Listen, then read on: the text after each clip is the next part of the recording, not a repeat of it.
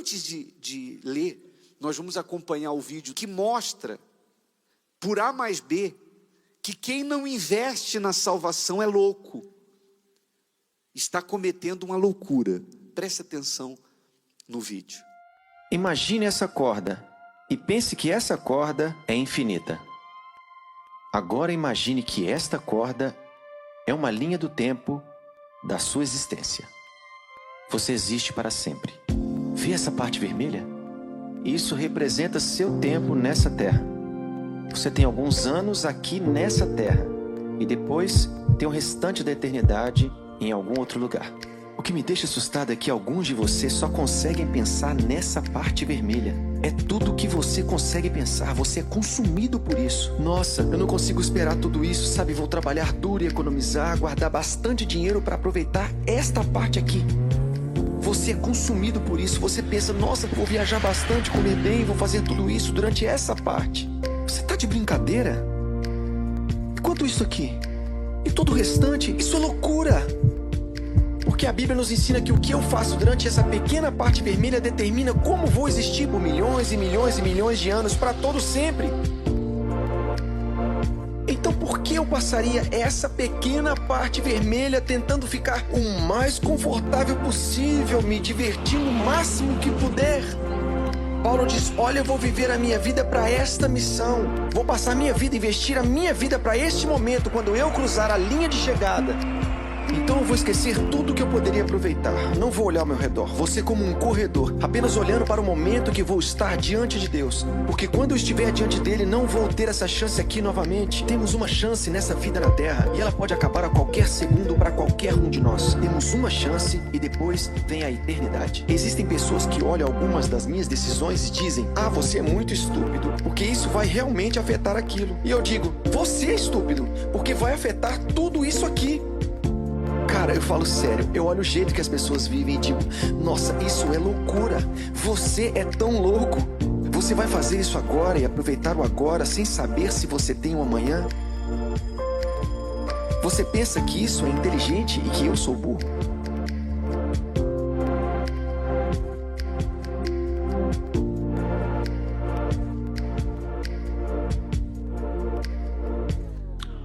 Agora, o que você precisa? O que é indispensável em nós para que nós sejamos salvos?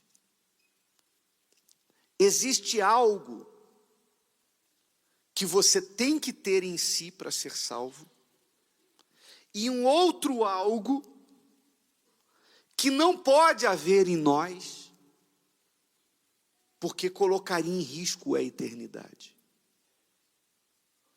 O que é que nós temos que ter e o que é que nós não podemos ter?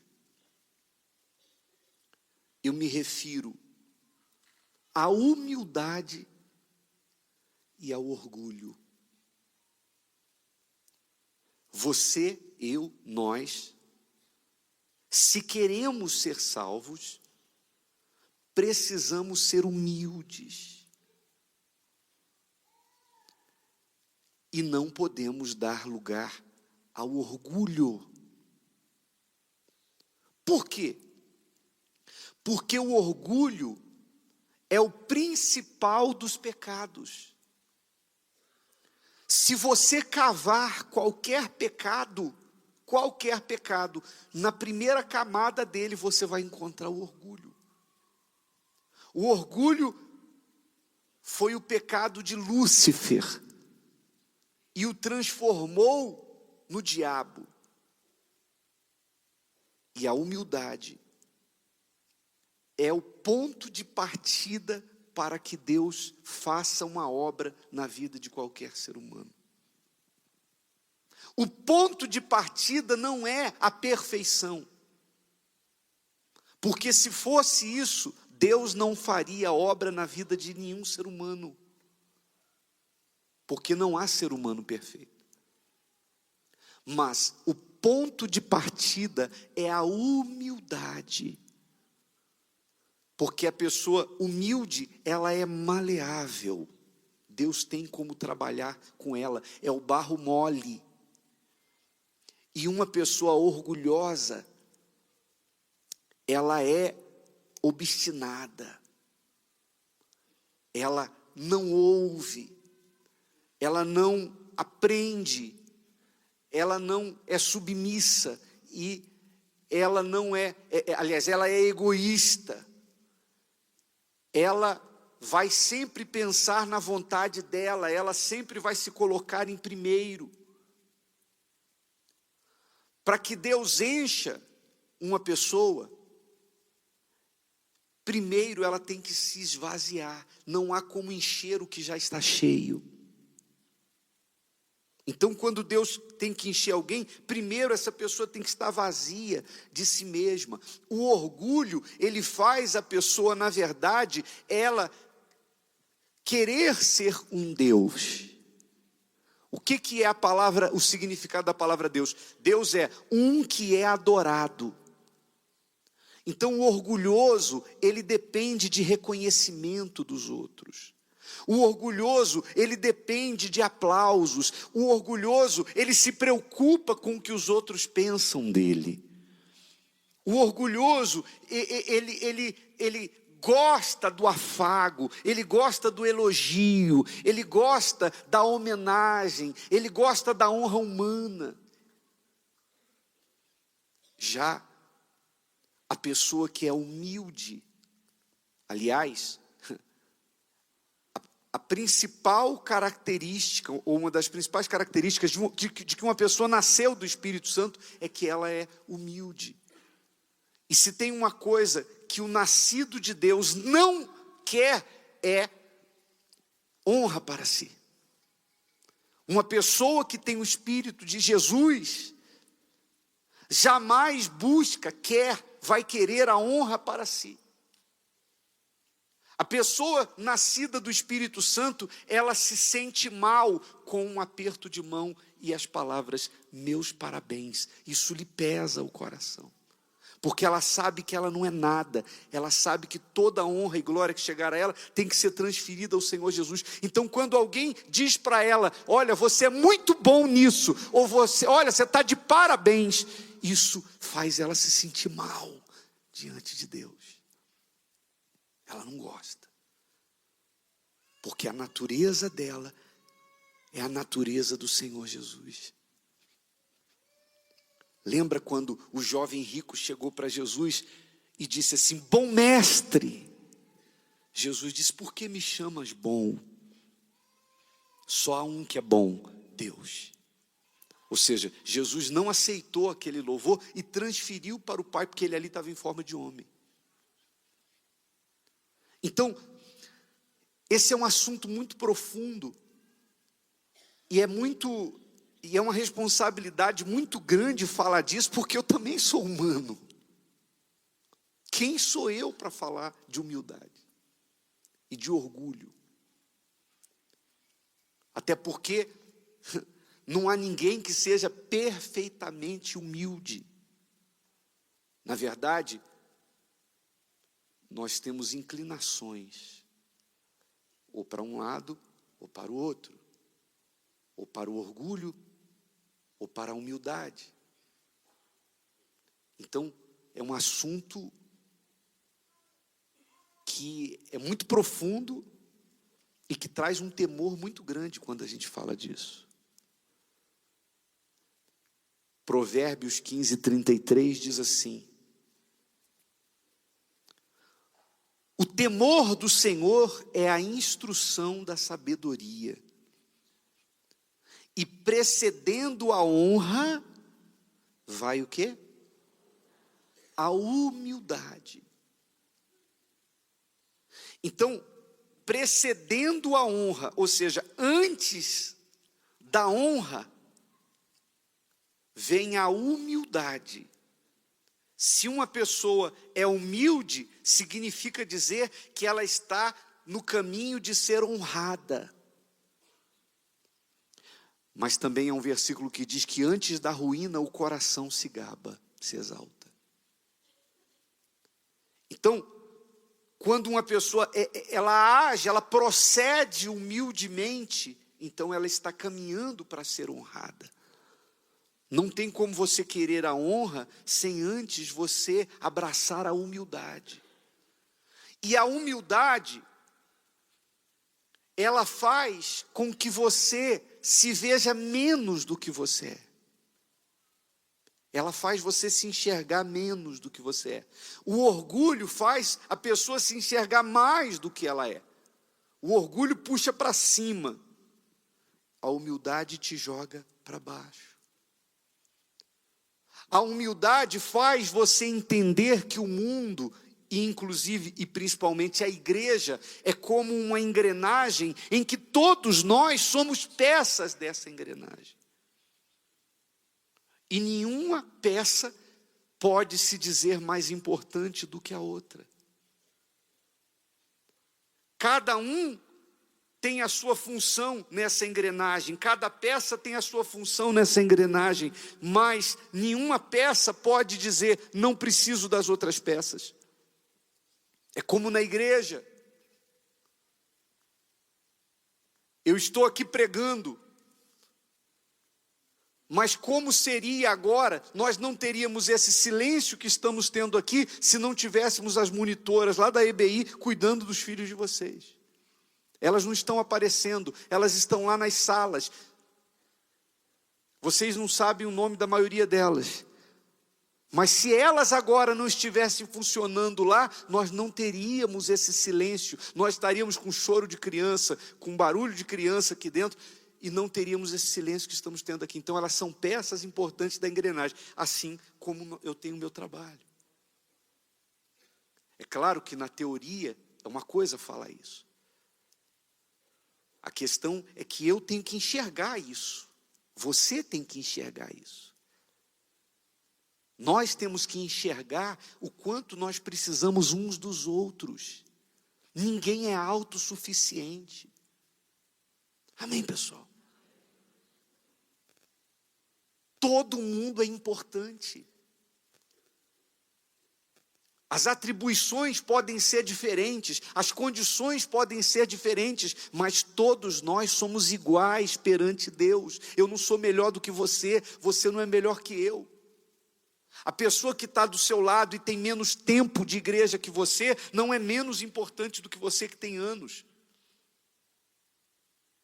Não tem distinção aos olhos de Deus. Então a humildade faz você olhar para o seu próximo e considerá-lo especial, como se fosse o próprio Senhor Jesus. Amém, pessoal? Ainda no livro de Provérbios, capítulo 18, versículo 12, diz assim: o coração do homem se exalta, foi a passagem que eu citei aqui, antes de ser abatido, e diante da honra vai a humildade. Então, antes de ser abatido, vem o orgulho. Maria, quando engravidou de Jesus e foi uma mulher privilegiada, o que não tem como a gente aqui mensurar, ou a gente não tem palavras para dizer o quanto ela foi especial. Foi agraciada. Ela disse em Lucas 1,48, porque atentou na baixeza, na outra versão diz humildade de sua serva, pois eis que desde agora todas as gerações me chamarão bem-aventurada.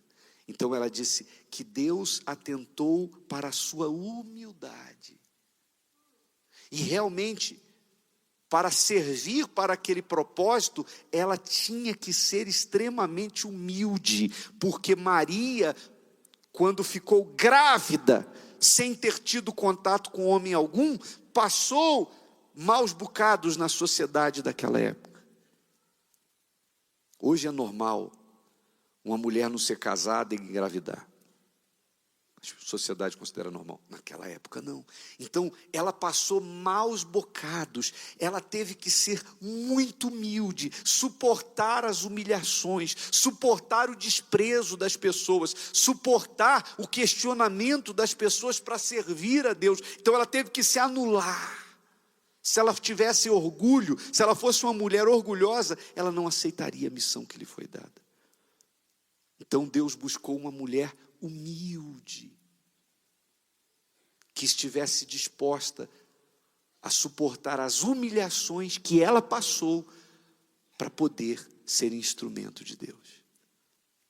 Uma mulher orgulhosa não aceitaria aquilo. O seu orgulho ser ferido, o quê? Estão me chamando de mulher perniciosa, adúltera, pervertida. O meu nome está sendo colocado no lixo. Não, ela não ia aceitar. Ela teve que ser humilde. Para o nome de Jesus aparecer e ser glorificado, o dela teve que ser colocado na lata do lixo. Compreende, pessoal? Sim ou não? O apóstolo Paulo, lá em Filipenses 2:3, ele orientou os filipenses dizendo assim, ó, nada façais por contenda ou por vanglória, mas por humildade. Cada um considere os outros o quê? Superiores a si mesmo. Quer dizer, cada um considere os outros superiores a si mesmo. Você responda para si mesmo. E eu estou perguntando para vocês e para mim. Eu falei, é complicado você falar de humildade e orgulho. Você vê os outros superiores a você? Eu não estou falando dos superiores que são superiores mesmo, porque de repente a vida impõe situações que você é obrigado a reconhecer. Como é que você não vai respeitar o seu chefe, o seu patrão, uma autoridade, um juiz? Mas eu me refiro a quem não tem nada para fazer por você. A quem não pode nem te beneficiar e nem te punir. Você vê essa pessoa como superior a você? O seu empregado? Ou o seu subordinado? A pessoa que está abaixo de você? Você trata ela como você trata quem está acima? Você diria para quem está acima o que você diz para quem está abaixo? Você falaria para a pessoa que está abaixo de você o que você... Ou melhor, você falaria para a pessoa que está acima de você o que você fala para quem está abaixo de você? Você trata quem está abaixo de você como você trata quem está acima? Ou existe diferença? Então, isso é muito profundo, pessoal. Qual foi o ser mais orgulhoso que já existiu no universo? Que existe, aliás. Quem? O diabo, Lúcifer. Ele é o próprio orgulho. Ele quis colocar o trono dele acima do trono de Deus. Ele quis ser maior do que Deus. E quem é a pessoa que é o maior exemplo de humildade que já existiu? O Senhor Jesus. Olha só o que ele disse, Mateus 11, 28 até o 30. Jesus disse assim: vinde a mim, todos os que estáis cansados e oprimidos, todos, sem distinção, e eu vos aliviarei. Tomai sobre vós o meu jugo, e aprendei de mim, quer dizer, aprendam comigo, que sou manso e humilde de coração, e encontrareis descanso para as vossas almas, porque o meu jugo é suave e o meu fardo é leve. Então, Jesus foi humilde. Filipenses também, aos Filipenses, Paulo fala assim, ó: de sorte que haja em vós o mesmo sentimento que houve também em Cristo Jesus, que, sendo em forma de Deus, Não teve por usurpação ser igual a Deus, mas fez a si mesmo de nenhuma reputação, tomando a forma de servo, fazendo-se semelhante aos homens, e achado na forma de homem, humilhou-se a si mesmo, sendo obediente até a morte, e morte de cruz. Por isso também Deus o exaltou soberanamente, e lhe deu um nome que é sobre todo nome, para que ao nome de Jesus se dobre todo o joelho dos que estão nos céus, na terra e debaixo da terra, e toda língua confesse que Jesus Cristo é o Senhor, para a glória de Deus Pai. Então ele se humilhou, e Deus o exaltou. Ele se humilhou. É diferente de ser humilhado. Tem gente que é humilhada, mas não se humilha.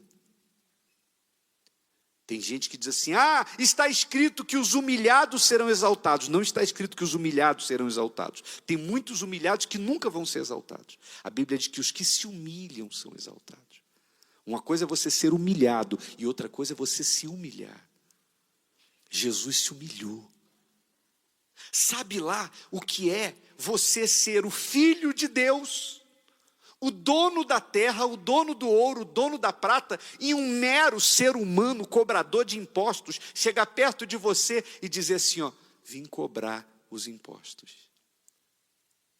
E você, sendo o próprio Deus, virar para Pedro e dizer: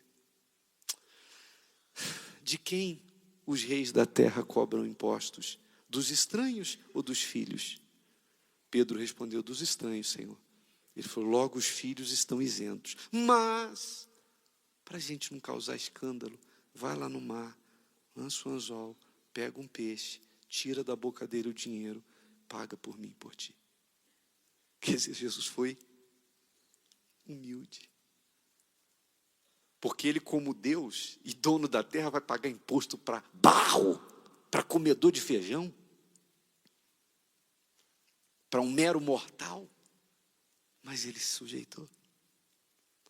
Então Jesus se esvaziou, e ele nos diz para seguirmos o exemplo dele, para aprendermos com ele. Eu estava agora, antes da reunião, lendo essas passagens e meditando, por exemplo, em Jó. Jó, Deus disse, não foi o homem não, o próprio Deus, diante de Satanás, falou que Jó era um homem íntegro, e que se desviava do mal, não tinha nenhuma acusação. O diabo buscou acusação em Jó e não encontrou. O diabo falou para Deus: olha, ele está assim, sendo fiel em tudo, porque o Senhor dá tudo para ele. Tira o que ele tem, e o Senhor vai ver se ele não blasfema na face do Senhor. E Deus disse: então vai, eu não vou tirar, mas permito que você tire. O diabo tirou tudo de Jó, e Jó disse: o Senhor Deus, o Senhor tirou, não pecou. Não pecou. O diabo disse: não, ele ainda está assim porque ele está com saúde. Toca na carne dele, o Senhor vai ver se ele não blasfema. Veio a doença, Deus permitiu, o diabo tocou, ele ficou com chagas dos pés à cabeça. A própria mulher não aguentou mais, a esposa dele falou assim: amaldiçoa esse teu Deus e morre de uma vez. Ele: você fala como qualquer doida, eu não vou fazer isso com Deus. O diabo foi calado, não tinha do que acusar.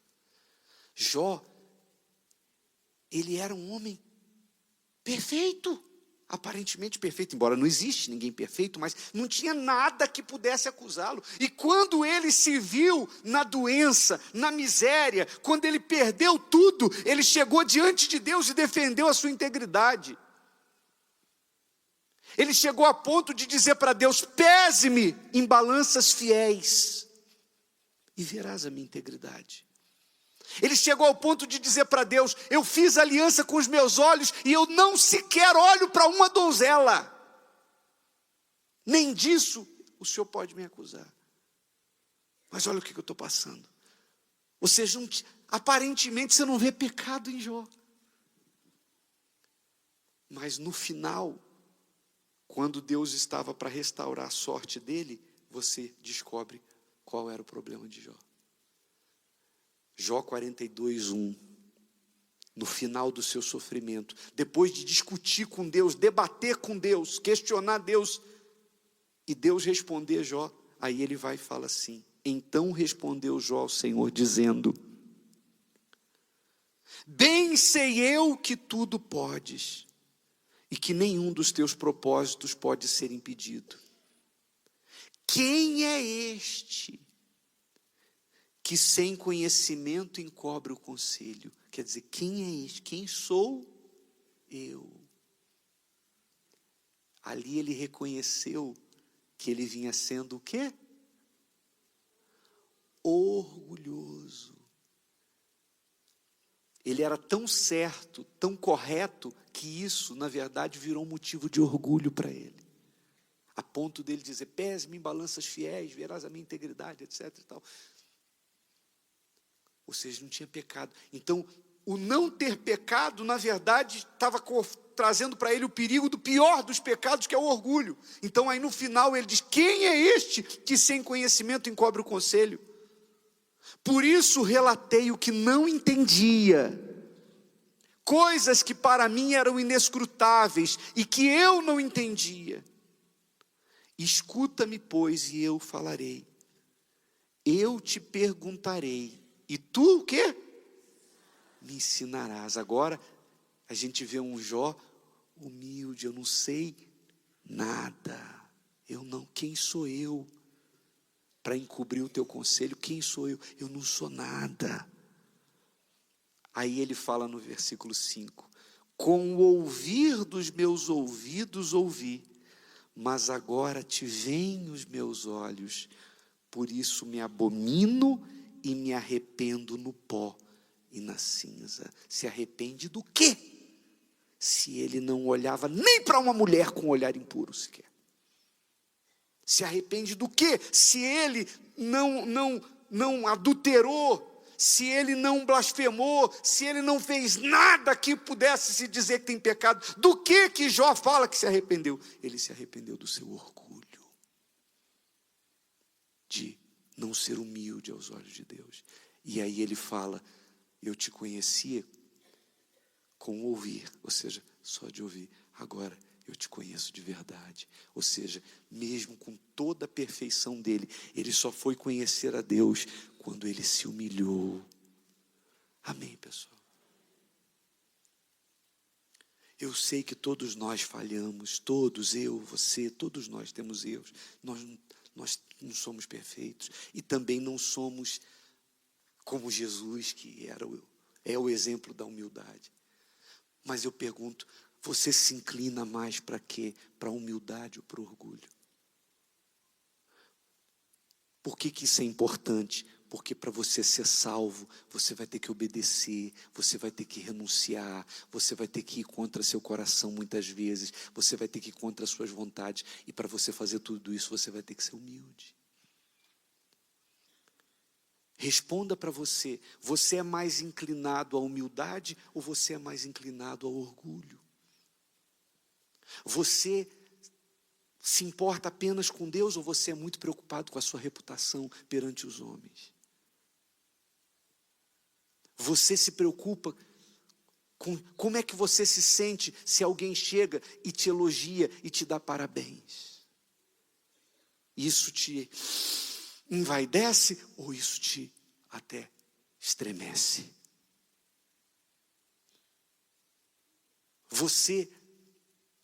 Como você vê as outras pessoas? Como você trata quem não tem nada para te oferecer e que também não pode te prejudicar? Como você reage quando você é contrariado? Como você reage quando você é chamado a atenção? Como nós reagimos a isso? Eu me coloco também. Porque isso sinaliza se nós estamos inclinados ao orgulho ou à humildade. Quantas vezes por dia você diz a palavra eu? Porque essa palavra é perigosa. Eu fiz isso, eu fiz aquilo, eu faço isso, eu vou fazer isso, eu. Essa palavra é perigosa. Ele é, nós não. Por isso que, como te chama, Senhor? O que eu vou dizer para Faraó? Ele diga para Faraó que o eu sou te mandou. Eu sou o que sou. Deus é, nós não somos nada. Amém, pessoal? Então, cuidado com a palavra eu.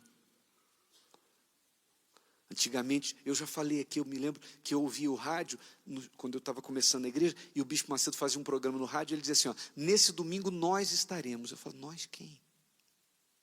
Não é ele que vai fazer a reunião? Por que ele fala no plural? Aí um dia eu ouvi o bispo ensinar, que ele fala o nós, referindo-se ao Espírito Santo e ele, porque se ele for sozinho, não vai resolver nada. Então é melhor usar o nós do que o eu. O eu é perigoso. Nós somos como a fumaça, nossa vida passa. Olha como você está mudando. Você que já passou. Quem tem mais de 30 anos aqui? Dê uma olhada nas suas fotos antigas. Dê uma olhada nas suas fotos mais antigas e veja como você está passando. Veja como mudou a tua pele, como mudou o seu corpo, está começando a ter dificuldade para manter os músculos, você está declinando, porque você é como a erva do campo, passa, seca, murcha e morre. Me desculpa se eu estou falando muito, mas é o Espírito Santo, eu creio. Amém, pessoal? Jó não tinha nenhum pecado, mas não conhecia a Deus, porque nunca tinha se humilhado no pó e cinza como ele se humilhou.